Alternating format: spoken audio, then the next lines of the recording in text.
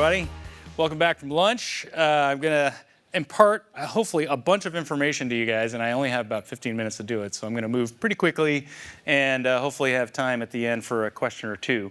I'm Yee Lee. I grew up here in Silicon Valley, worked in a bunch of tech companies, and then about 5 years ago, I helped start this company called Terraformation, and it's become one of the leading companies in this global push to reforest at large a scale as we possibly can, grow as many trees, absorb as much carbon dioxide as we can as a species, and hopefully, in this very grandiose way, save the world. But it's much too grandiose to claim that as a single company we're doing that. We're chipping in our part. But what I wanted to do today is share a little bit about what we're doing, and maybe more importantly, like why it is that we're doing things the way that we're doing them. And I think in that why, maybe we can all find some commonality in things that we're all doing together to make the world a better place and hopefully save it from climate change and all the other challenges that we're all facing together. So I just described a bit about what we're doing. This for me is the why. These are my kids. Back just at the beginning of 2019, that was them on the left, and now this is just last winter.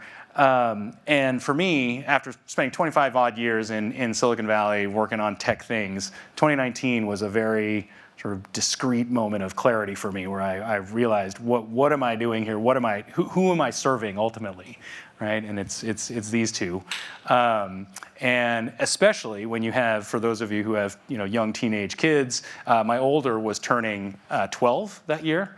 And you start to have these very interesting conversations, very challenging conversations, where they ask you as a parent, what should I do when I grow up? And I honestly, to this day, I still don't actually have like a super clear answer for him. I knew, and we have these very nuanced conversations, like probably not going to do what I did, right? Like, don't get an engineering degree and don't expect that you're just going to work in one field for your career. Like, so many things are going to change between now and when you're my age. Your food supply is probably going to be very different, right? Your climate, for sure, the temperature where you live is going to be very different. You may not want to be, actually, where you grew up. And amidst all of this change, I just felt like the single most pressing thing that I should spend my time working on was climate change. And so I made a commitment to get out of tech and to start working on climate change that year. This gentleman, a good friend of mine named Ishan Wong, is the second reason why I'm doing what I'm doing now. So he and I, just for a variety of reasons, we wound up in similar life paths. We were both one of the first 100 people at PayPal back in the day. We both worked in tech companies. We both have kids around the same age. And both of us, independently in 2019, had come to the conclusion we should get out of tech and work on climate. And almost as a little bit of a joke, because we were two engineers from Silicon Valley. We didn't know what the heck we were going to do in climate. We kind of made almost a little bit of an inside joke to each other, like, okay, worst comes to worst, right? Like, we can just plant trees somewhere together, and that maybe we'll just do that. So we set off on this journey to do something together, and as we were researching, right, and we were talking to everybody that we could get our hands on. We were talking to scientists, we were talking to practitioners in the field, we were talking to people in emissions reductions, and we were talking to people in clean energy and transport grids and electrification, battery tech, botanists who wanted to create these giant phytoplankton blooms in the ocean to absorb carbon dioxide. I mean, just all kinds of really, really interesting efforts that are out there. But the more research that we did, the more we kind of came back to just the simplest, most direct first answer that we had come to, which was plant trees. Turns out planting trees is the single lowest unit economic cost thing that we can do as a human species to absorb gigatons of carbon dioxide out of the atmosphere. And so we created this company called Terraformation to do that, to enable the world, to try to accelerate the world's efforts to plant trillions of trees all around the planet and absorb gigatons of carbon dioxide back out of the atmosphere. So let me tell you a little bit about what Terraformation does, and then I'll get into why Terraformation operates the way that it does. Here's a picture of one of our first forestry sites. you can see these are degraded and deforested hillsides. This used to be the site of a very large dry forest. And then all of it was cut down about 200 years ago and has not, for human economic reasons, and has not recovered since then. So one of the things that Ishan and I started to do was to build teams of people who knew forests, knew trees, knew the species of plants that are appropriate for that particular area, and we started to reforest it. And over time, that effort has turned into a global effort. We've now got 38 forests started all around the world, have planted over 1.5 million trees. And we've got forests started in Kenya and Uganda and Malaysia and India and Ecuador and Peru, Colombia, Brazil. I mean, just all of the subtropical latitude areas of the world have degraded lands that are subject or good targets for reforestation. And we've started to work in all these places around the world. And the methodology, right, for folks who maybe haven't seen like a forestry project before, there's a particular methodology that we go through, which is to first identify pieces of degraded land. This is an aerial photograph of one of our sites in Ghana. And you can see it's really, really easy to see from the sky, right? There's green areas and there's brown areas.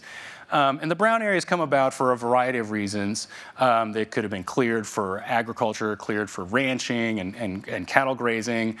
Sometimes there's a combination of human and natural effects that happen, like once a piece of land gets cleared for agriculture, the boundary areas may start to erode faster, things like that. But net, you end up with these big patches of brown where there should be and could have been in recent historical times, a couple generations ago, where there were trees. So we start to work on these pieces of land, and in order to work on these very remote areas, it's not like you can run down to Home Depot and grab some seedlings and just plunk them in the ground, right? Like you have to figure out what are the right trees to go here? How can I get the right seedlings to be able to put into the ground to be able to start a reforestation effort? And so just starting from first things first, we got to work with seed supply. So a lot of our initial efforts in any area are trying to identify what are seed sources for native and biodiverse plants that belong in that particular biome. How can we go gather them? What are the founder trees that we can go pick from to be able to start a seed and nursery effort? And then working with local teams, training them to go find and collect the right seeds, bring them back into nurseries and to start to create the infrastructure, right? The underlying infrastructure for, I know infrastructure is such a hot word these days for like AI systems and stuff like this, but infrastructure for a forest project means nurseries, right? So how do you start nurseries in a very cost-effective and durable way? How do you train local teams to be able to pick and amplify their local seed supply to create future generations of trees to go in the ground? And then, usually through big volunteer efforts or volunteer drives, these local teams will call in members of the local community, and they'll go on these planting drives to be able to take the seedlings out of the nurseries and then put them into the field in properly dispersed ways. And we are like a forestry company founded by some Silicon Valley engineers. So there is some tech involved, but it's not like drones planting seeds or AI robots going out into the field. It's still human beings carrying seedlings from nurseries out to the field. The small bits of technology that we utilize are really pretty straightforward. And that's on the tracking side. So once you're out in the field, use the GPS chip that's in any generation of phone these days. Could be a very low-end old iPhone or a brand new Samsung Galaxy Android. We've built GPS-based apps that work on all of these different devices that can work online and offline, could be taken out into the field, take pictures and locations of where the trees have gone. And over time, you build up these really nice maps of biodiverse plantings that have happened on a forestry site, and you start to be able to track how many trees have gone out in this particular site? What's the survival rate of these different species? And you can start to run, it's not like A/B testing, Silicon Valley startup style, but you can actually run experiments with survival rates of different types of trees and plants, and you can figure out how can we create biodiverse ecosystems that reinforce each other and will self-sustain, will regenerate over time. So that's the effort. That's the net output of these forestry efforts, and we've taught this technique and used this, like literally, we've created an academy online. It's called Terraformation Academy. It's like Khan Academy for forestry, and it's available for free on terraformation.com. There's a bunch of material that people can use to learn the skill of forestry. And we've utilized this in West Africa and East Africa and Southeast Asia, South America, all these different sites for many different types of forestry too. So you've got a picture here of, again, one of our sites in Ghana. It's a mangrove restoration site on the left. There's a terrestrial reforestry effort in Uganda, and then a site in Colombia where we're actually, doing tropical restoration as well. So there's many different types of forestry efforts that can be covered by these techniques, and trees only grow so fast. So people very often ask me, how do you guys make money? Is this like, like a philanthropy, or is this a for-profit? No, Terraformation is an actual for-profit. And our business model is based off of this very long-term revenue model called carbon credits. So the company's been going about 5.5 years now, just last year, so about 5 years into our first cohort of projects, we were able to sell successfully our first round of carbon credits, and that'll be like an increasing revenue stream over the course of years as our projects come to fruition. And there's just tons of opportunity to do this. Like that picture of the degraded land that I showed earlier on. There's 1.7 billion hectares of land, so almost 3 million acres of that type of land available on planet Earth. Some of these dark green spots highlight them. Almost every continent has lands like this that are available for reforestation, and this is the thing that we're going into. Okay, so that's a whole bunch about what we're doing and how this process of reforestation works. The main thing that I want to talk about, though, is actually why. Why is this whole system set up this way? And it's really fundamentally about people. One of the first things you realize when you get into forestry and you move out of software is that, wow, these projects take forever, right? Like the first projects we started 5 years ago, they're not going to reach maturity and end until 35 years later. The projects we're starting today, these are 40-year-long projects, right? I personally, I might not be alive. I definitely will not be working on Terraformation full-time when these projects come to maturity. So these projects have to be about aligning human incentives so that successors are able to take up the baton and continue to run with it all the way through to completion. And it might not just be one baton pass, it could be multiple, right? So here's some pictures of real project participants, real partners of ours, in this case in Kenya. And as you talk to these communities, and you realize how is it that they're going to be able to sustain this continual baton pass from one generation to the next, from one group of project successors to the next. In that lies the real rationale for why we are a for-profit company, why we wanted to create this economic model, this revenue and business model around forestry, so that teams will actually have the incentive to keep the trees standing, to keep the forest going, rather than just cut them down and do the short-term thing, right? You cut them down and sell them for timber. And it's especially when you just think about that long-term duration, right?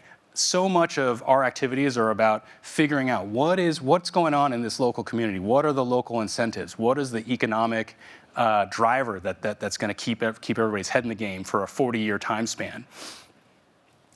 When you think about it like that, right? That's why you start to do all these techniques, the training, the skill building, and creating projects the way that we do.